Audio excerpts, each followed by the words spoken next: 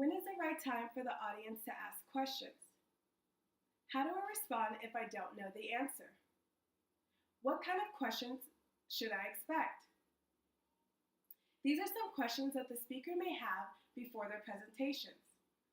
While this might seem overwhelming, the answer is quite simple. Hi, my name is Catherine Carpenter. During this speech, I will convey to you the importance of the question and answer period. At this time, I'd like to preview types of questions, when to respond to questions, and how to effectively handle questions. The first topic I will discuss is the types of questions that can be asked during a speech. There are three types of questions that can be asked during a speech, which are open, closed, and follow-up. Open questions are ones that give the speaker an opportunity to explain a topic using their knowledge and or beliefs. One example of open-ended question would be, what do you think about gun control?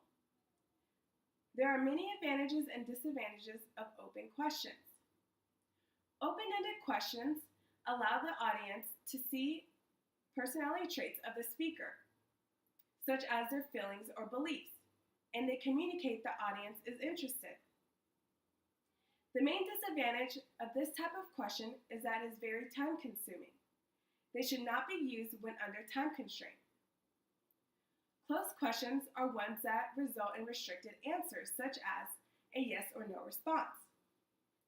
One example of a closed question is, do you prefer cats or dogs?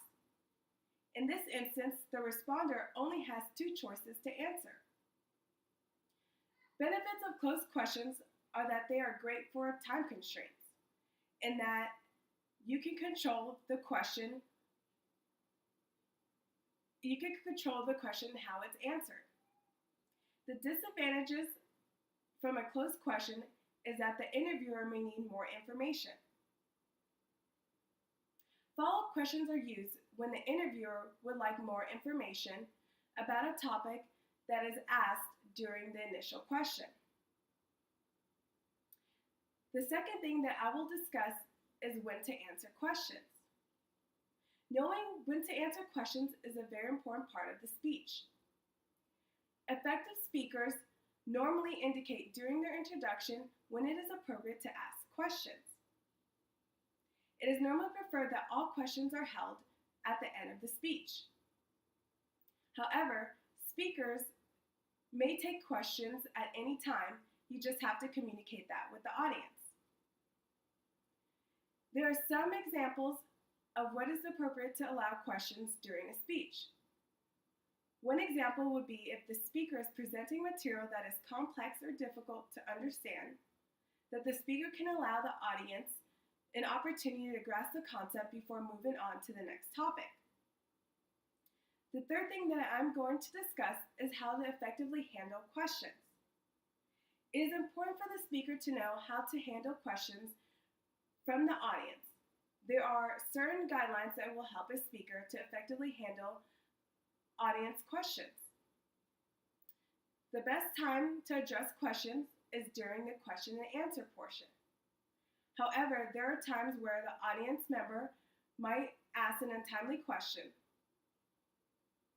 Some guidelines for effectively handling questions are as follows.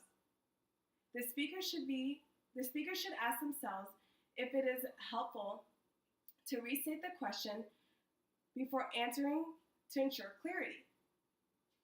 After responding, the speaker should follow up with their own question to make sure the original question was answered. For one example of this would be, did that answer your question? The speaker should avoid giving answers if they are unsure of the response. The speaker should always give an honest answer to the audience. If the speaker cannot answer the question, they should write it down and get back to them at a later time. In conclusion, let me summarize the importance of the question and answer period, which are types of questions, when to respond to questions, and how to effectively handle questions. I hope that you have gotten a little bit more information on the question and answer period. Thank you.